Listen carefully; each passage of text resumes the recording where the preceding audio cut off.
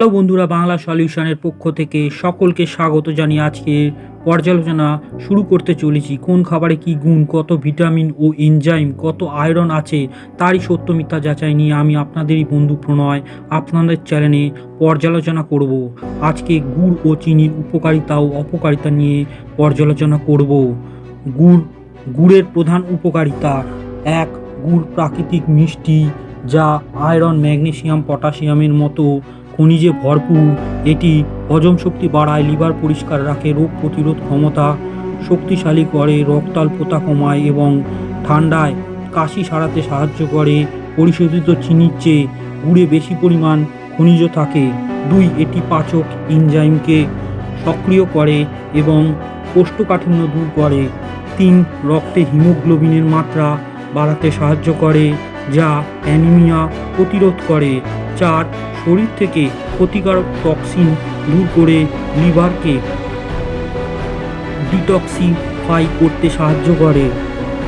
5. Antioxidant ও খনিজে ভরপুর হওয়ায় এটি রোগ প্রতিরোধ ক্ষমতা বাড়ায়। 6.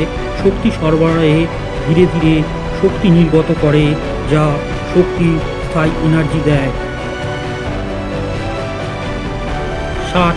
ওজন কমাতে সাহায্য করতে পারে, কিন্তু অতিরিক্ত খেলে ওজন বাড়ে। চিনির উপকারিতা: 1. চিনি কার্বোহাইড্রেট যা শরীরের দ্রুত ভেঙে গ্লুকোজ পরিণত হয়ে তাৎক্ষণিক শক্তি যোগায়। 2. এটি খাবারে ও পানীয়কে সুস্বাদু করে তোলে এবং খাবারের টেক্সচার, রং ও ঘনত্ব বাড়ায়। 3. চিনি মানসিক স্বাস্থ্যের অবসাদ, বিষণ্ণতা, মাথা ব্যথা ও মেজাজ খিটখিটে হওয়ার কারণ হতে পারে। 4. মুখের ব্যাকটেরিয়া চিনির উপর বংশবৃদ্ধি করে, যা দাঁত ক্ষয় করে। 5. অতিরিক্ত চিনির কারণে ইনসুলিন রেজিস্টার বাড়ে এবং টাইপ 2 ডায়াবেটিসের ঝুঁকি বাড়ে। 6. ক্ষতিকারক কোলেস্টেরলের বাড়ায় প্রদাহ সৃষ্টি করে, যা হার্ট অ্যাটাক ও স্ট্রোকের ঝুঁকি বাড়ায়। 7. অতিরিক্ত ফ্রুক্টোজ লিভারে ফ্যাট জমাতে সাহায্য করে। 8. চিনি কিছু ক্ষেত্রে ক্যান্সারের ঝুঁকি বাড়াতে পারে। 9. চিনি শক্তি সরবরাহ করলেও অতিরিক্ত সেবনে মারাত্মক স্বাস্থ্য ঝুঁকি তৈরি করে, তাই চিনিকে সাদা বিষ বলে গণ্য করা হয়।